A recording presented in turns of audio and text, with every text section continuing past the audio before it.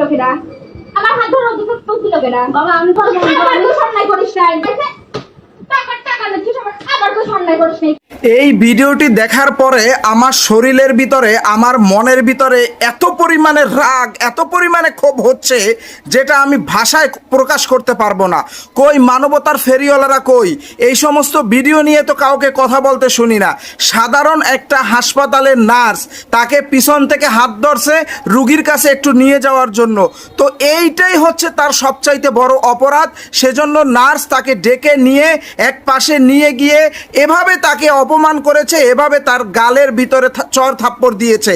তো এটা নিয়ে কেউ ভিডিও বানায় না, এটা নিয়ে কেউ কথা বলে না, আর এই সমস্ত ভিডিও কেউ শেয়ারও দিতে চায় না। কিন্তু এই ভিডিও যদি ভাইরাল না হয় তাহলে প্রশাসনের চোখেও যায় না। কারণ আমরা দেখেছি এই দেশে যখন কোনো ভিডিও প্রচুর পরিমাণে ভাইরাল হয় তখনই শুধুমাত্র প্রশাসন সেটা নিয়ে কাজ করে। তো প্রিয় দর্শক, আপনাদের কাছে হাত জোড় অনুরোধ করি এই ভিডিওটা প্রচুর পরিমাণে শেয়ার করেন যাতে ভাইরাল হয় এবং এই নার্সের সর্বোচ্চ শাস্তি যাতে হয়।